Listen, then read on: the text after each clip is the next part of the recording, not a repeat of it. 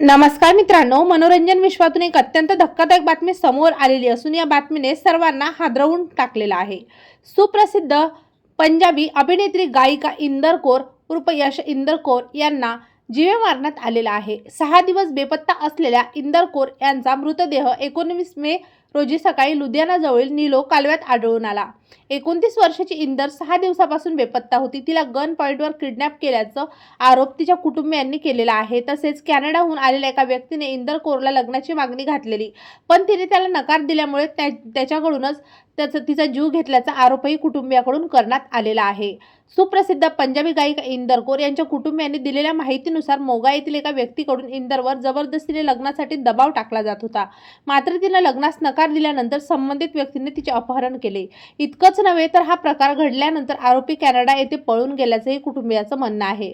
तो खास याच कामासाठी कॅनडाहून नेपाळ मार्गे पंजाबमध्ये आला होता आणि नंतर त्याच मार्गाने फरार झाल्याचा दावा अभिनेत्री इंदर कौर यांच्या कुटुंबाकडून करण्यात आलेला आहे।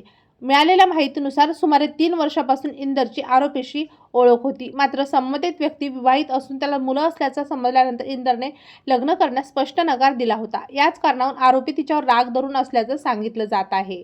दरम्यान पोलिसांनी इंदर यांचा मृतदेह कालव्यातून बाहेर काढून शवविच्छेदनासाठी समराला येथे पाठवलेला आहे। तेव्हा मित्रांनो, आपल्या तारांगण या मराठी यूट्यूब चॅनलतर्फे सुप्रसिद्ध गायिका अभिनेत्री इंदर कौर यांना भावपूर्ण श्रद्धांजली।